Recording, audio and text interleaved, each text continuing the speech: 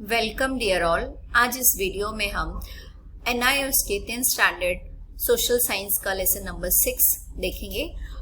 इससे पहले मैंने पार्ट 1, पार्ट 2, पार्ट 3, 4, 5 और 6 तक बनाया है, जिसमें मैंने एक एक टॉपिक कवर किए हैं। आज हम ये टॉपिक का 7 टॉपिक हम शुरू करने वाले हैं।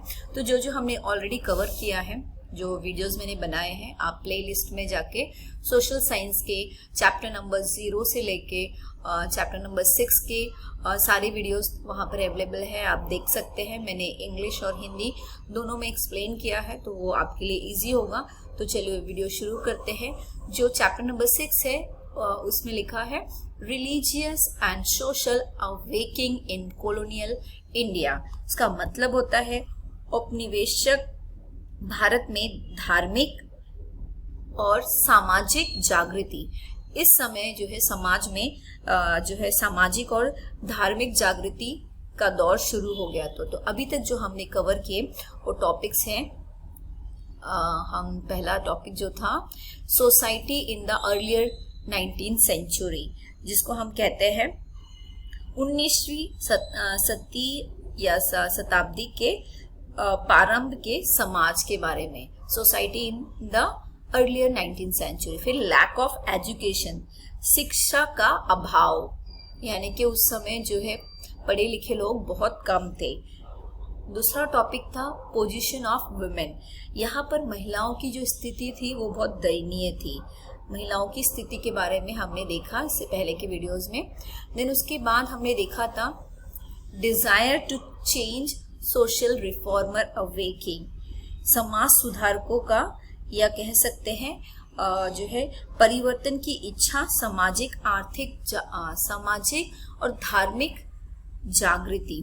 ओके, नेक्स्ट हमने देखा था द कास्ट सिस्टम, यानी कि जाति व्यवस्था। तो यहाँ तक हम देख चुके हैं। आज हम शुरू करने वाले हैं द प्रिविलेंट रिलीजियस प्रैक्टिस। इसका मतलब होता है प्रचलित धार्मिक प्रथाएं।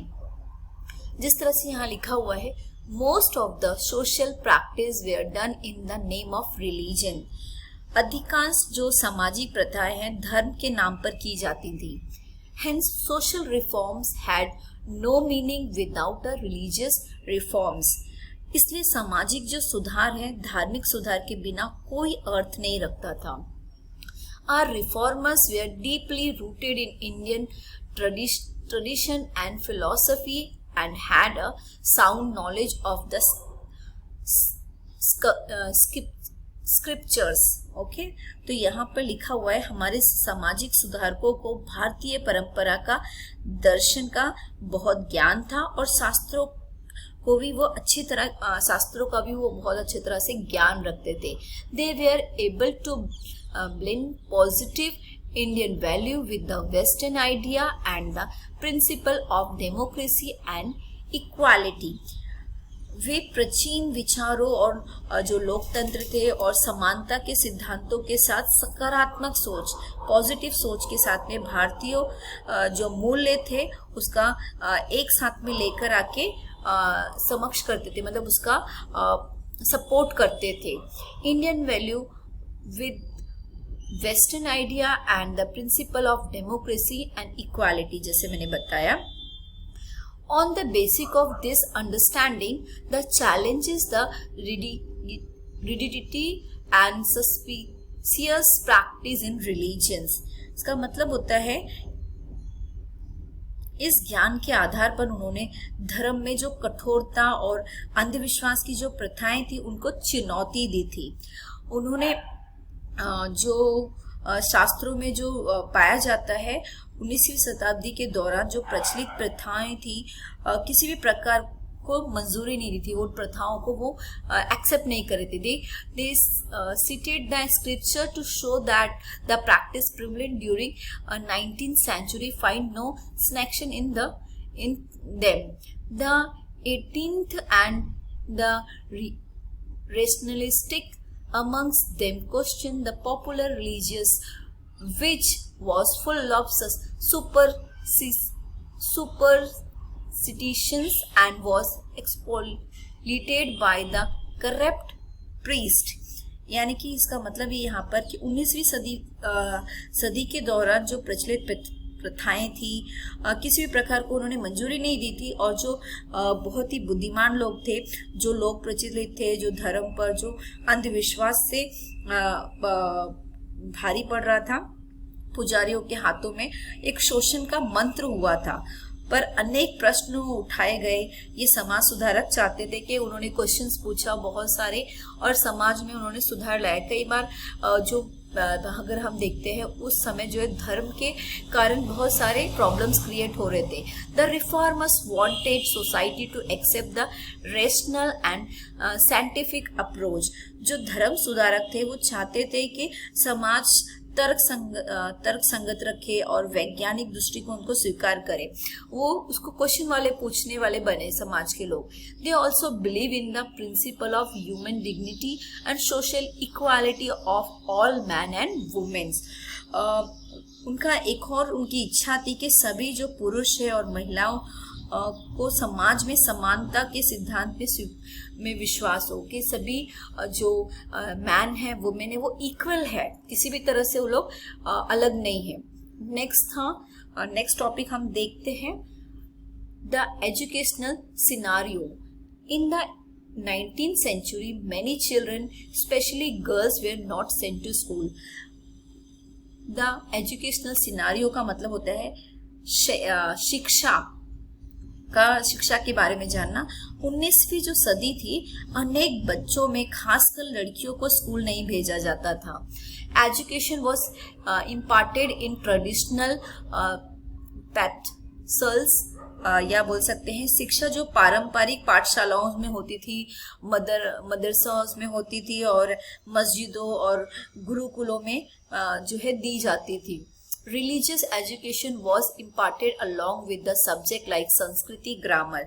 जो धार्मिक शिक्षा के साथ साथ उन्हें संस्कृति के जो व्याकरण है, गणित है, मैथ्स जिसको हम बोलते हैं, धर्म तथा दर्शन जैसे विषयों को वहां पर पढ़ाया जाता था।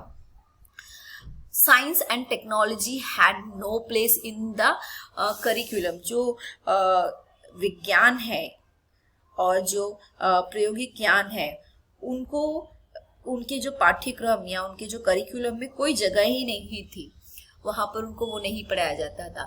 साइंस एंड टेक्नोलॉजी मैंने जैसे बताया, कोई उसको वैल्यू नहीं करते थे। Many superstitious believe existed in the society. बहुत सारे अंधविश्वास मान्यताओं को समाज में अस्तित्व था, मतलब कई लोग अंधविश्वास में जीवन जी रहे थे। In the certain communities, girls were not allowed to be educated. ऐसी कई जो समाज में वर्ग थे या लोग थे जिनकी सोच थी कि महिलाओं को शिक्षा नहीं देनी चाहिए। कुछ समुदायों में तो लड़कियों को शिक्षित करने की अनुमति ही नहीं मिली थी। ये सोचा जाता था कि शिक्षित महिलाएं शादी के बाद जल्दी विधवा हो जाएंगी। मतलब ऐसी तरह की उनकी सोच थी कि अगर यहाँ पे जिस तरह से मेंशन किया गया, it was thought that educated women would soon become window after marriage, यानी कि शादी होने के तुरंत बाद वो विडो हो जाएंगी या विधवा हो जाएंगी। But in reality lack of education, पर सच्चाई ये है क्योंकि वो एजुकेटेड नहीं थी। वास्तविकता में वो शिक्षा और जागरूकता की कमी के कारण ऐसा होता था। And awareness was the root cause of social and religious backwardness among the Indians. इसका मतलब है कि जो है भारतीयों के जो बीच में सामाजिक और धार्मिक जो बिछड़ेपन का मूल कारण थी, शिक्षा का अभाव होने के कारण ही ये सारी सब प्रॉब्लम्स हो रही थी। इसलिए ये बहुत ही महत्वपूर्ण था कि आधुनिक शिक्षा को बढ़ावा दिया जाए। So it was important to promote the modern education. ये बहुत ही इम्पॉर्टेंट है कि जो मॉडर्न शिक्षा है या एजुकेशन है उसको प्रायोरिटी मिले। All social religious reformers, whether Hindu, Muslim, Sikh and Parsis, aim at the spread of modern education. तो इसलिए ना हिंदू, मुस्लिम और सिख और पारसी सामाजिक सुधारकों को ये विश्वास था कि आधुनिक शिक्षा ही हमारे समाज को जागरूक और आधुनिक बना सकती है। They believe that education was the most effective tool to awake and modernize our society. वे मानते थे कि हमारे समाज को जागृत करने का शिक्षा ही एक प्रमुख प्रभावशाली उपकरण है। हम नेक्स्ट टॉपिक देखेंगे। यहाँ पे कुछ क्वेश्चंस है जिसके आंसर्स आपको जो लेसन्स के एंड में दिए जाते हैं। नेक्स्ट क्वेश्चंस के आंसर। हाँ, नेक्स्ट टॉपिक है social religious reformer of the 19th century. 19वीं सदी में सामाजिक धार्मिक सुधार, जहां पर हमारे देश में कई ऐसे सोशल रिफॉर्मर्स आए जिन्होंने समाज में जो रूढ़ियां थी या जो कट्टरपंथी थी, जो बुरी बातें थी, उनको दूर किया। Many Indians thinkers and reformers came forward to bring reformer in the society. 19वीं सदी में कई भारतीय विचारों और सुधार को समाज में सुधार लाने के लिए आगे आए। अकॉर्डिंग टू देम सोसाइटी और religions very interlinked, both needed to be reformed to achieve positive growth and development of the country. उनके मुताबिक समाज और धर्म आपस में जुड़े हुए हैं, दोनों में सकारात्मक विकास और देश के विकास को प्राप्त करने के लिए सुधार करने की जरूरत है। Hence our reformers took the initiative to awake the Indian masses. जो उन्होंने देखा, इसलिए हमारे सुधारकों ने भारतीय जनता को जगाने की पहल की। उन्होंने देखा कि इन जो है समाज जो है मैश है, तो इन सुधारकों ने जागरूकता फैलाने के लिए कुछ संगठनों की स्थापना की, जिसके बारे में आप आगे के इसमें पढ़ेंगे। शिक्षा के क्षेत्र में भी इन सुधारकों का यह एक अन्य प्रमुख योगदान था। शिक्षा के लिए भी उन्होंने जो है समाज सुधारकों ने बहुत कई तरह के कार्य किए, जैसे यहाँ पर मेंशन किया है। Some of this reformers founded organisation to spread the awareness about which you will read now. Another major contribution of this reformers was in the field of education. Okay, first जो reformers है उसके बारे में हम जो देखेंगे वो है राजा Ram Mohan Roy. Okay, Raja Ram Mohan Rai was born in a Brahmin family of Bengal. जो राजा राम मोहन राय है वो ब्राह्मण परिवार में पैदा हुए थे। He knew many languages and had read Quran. वो बहुत सारे लैंग्वेजेस जानते थे और उनको कुरान का भी और बाइबल का भी, Quran, Bible and the new testament along with Hindu scriptures in great depth. उन्हें कई भाषाओं का ज्ञान था। उन्हें कुरान, बाइबल, हिंदू ग्रंथों का गहराई के साथ उन्होंने अध्ययन किया था। Liberal education expose him to different culture and philosophy. जिस तरह से हम कह सकते हैं, उदार शिक्षा से उन्होंने विभिन्न संस्कृतियों और दर्शन के साथ उजागर किया था। Deeply moved by the plight of his brother widow who had been forced to commit suicide या सती। यहाँ पे उन्होंने बताया कि उनको उस वक्त गहरा दुख हुआ जब उनकी जो अपने भाई की विधवा को उन्होंने सती प्रसिद्ध के लिए मजबूर किया जा रहा था। यानी कि उनके अगर भाई की डेथ हो गई थी और उसकी जो पत्नी थी उसको जबरदस्ती जो है पति के साथ में जलाया जा रहा था। सती प्रथा का उस समय प्रचलन था, सती प्रथा की जाती थी। तो उनको ये देखकर बहुत ही गहरा दुख हुआ और वो उन पर बहुत असर पड़ा। मजबूर किया जा रहा था उनकी भाई की पत्नी को सती करने के लिए। उसकी दुर्दशा से उन पर जो है बहुत गहरा असर पड़ा और उन्होंने इस सामाजिक प्रथा को खत्म करने का निश्चय कर लिया। जब उन्होंने वो देखा तो उससे उन्होंने फैसला कर लिया कि ये जो प्रथा है ये गलत है, उसको वो खत्म करेंगे। जिस तरह यहाँ से लिखा है, deeply moved by the plight of his brother's widow who had been forced to commit sati, he was determined to uproot this social practice. This lead him to challenge other unfair social and religious practice prevalent at that time. He founded